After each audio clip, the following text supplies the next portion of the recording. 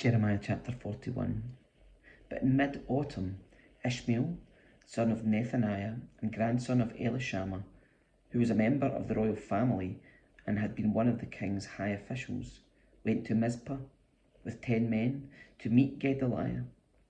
While they were eating together, Ishmael and his 10 men suddenly jumped up, drew their swords, and killed Gedaliah, whom the king of Babylon had appointed governor.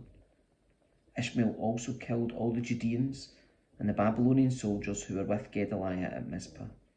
The next day, before anyone had heard about Gedaliah's murder, 80 men arrived from Shechem, Shiloh, and Samaria to worship at the temple of the Lord. They had shaved off their beards, torn their clothes, and cut themselves, and had brought along grain offerings and frankincense. Ishmael left Mizpah to meet them, weeping as he went. When he reached them, he said, "Oh, come and see what has happened to Gedaliah."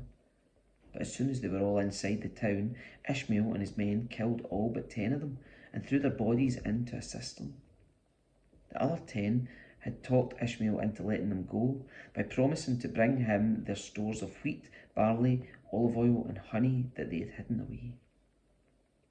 The cistern where Ishmael dumped the bodies of the men he murdered was the large one dug by King Asa when he fortified Mizpah to protect himself against King Baasha of Israel. Ishmael, son of Nethaniah, filled it in with corpses. Then Ishmael made captives of the king's daughters and the other people who had been left under Gedaliah's care in Mizpah by Nebuzaradan, the captain of the guard. Taking them with him, he started back towards the land of Ammon. But when Johanan, son of Kareah, and the other guerrilla leaders heard about Ishmael's crimes, they took all their men and set out to stop him. They caught up with him at the large pool near Gibeon. The people Ishmael had captured shouted for joy when they saw Johanan and the other guerrilla leaders, and all the captives from Mizpah escaped and began to help Johanan. Meanwhile, Ishmael and 8 of his men escaped from Johanan into the land of Ammon.